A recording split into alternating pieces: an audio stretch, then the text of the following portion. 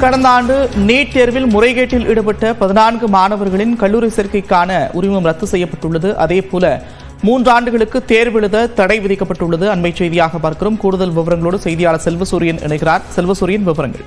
நந்தா, இளநிலை மருத்துவ படிப்புகளான MBBS, BDS மற்றும் ராணுவ மருத்துவ கல்லூரிகளில் இருக்கக்கூடிய அந்த நர்சிங் படிப்புகளுக்கான நீட் நுழைவுத் தேர்வு என்பது நாளை மறுநாள் நடைபெறக்கூடிய ஒரு நிலையில இந்த தேர்வுகளை நடத்தக்கூடிய NDA தேர்வு முகமையானது தற்போது அறிவிப்பு ஒன்றை வெளியிட்டிருக்கிறது. அதன் அடிப்படையில் கடந்த ஆண்டு மட்டும் 14 மாணவர்கள் இந்த நீட் தேர்வில் முறைகேடு செய்யப்பட்டிருப்பதால் தேர்வு எழுத தடை விதிக்கப்பட்டதாக தெரிவிக்கப்பட்டிருக்கிறது. அதன் அடிப்படையில் பார்த்தோம் என்றால் கடந்த 3 ஆண்டுகளில் 26 MBBS மாணவர்கள் இந்த முறைகேடாக இந்த நீட் தேர்வில் முறைகேடு செய்து படிப்புகளில் சேர்ந்ததாக அவர்கள் சஸ்பெண்ட் செய்யப்பட்டிருக்கிறார்கள். அதே போல 42 நீட் தேர்வு எழுதக்கூடிய மாணவர்கள் மால் பிராக்டிஸ், அதாவது பார்த்து எழுதியதாக அவர்களை இந்த தேர்விலிருந்து நிறுத்தி வைப்பதாகவும் இந்த தேசிய தேர்வு முகமை தகவலை தெரிவித்திருக்கிறது. அதன் அடிப்படையில் பார்த்தோம் என்றால் நீட் தேர்வு நாளை மறுதினம், அதாவது 4ஆம் தேதி நடைபெறக்கூடிய ஒரு சூழலில் இந்த அறிவிப்பு என்பது வெளியாகி இருக்கிறது.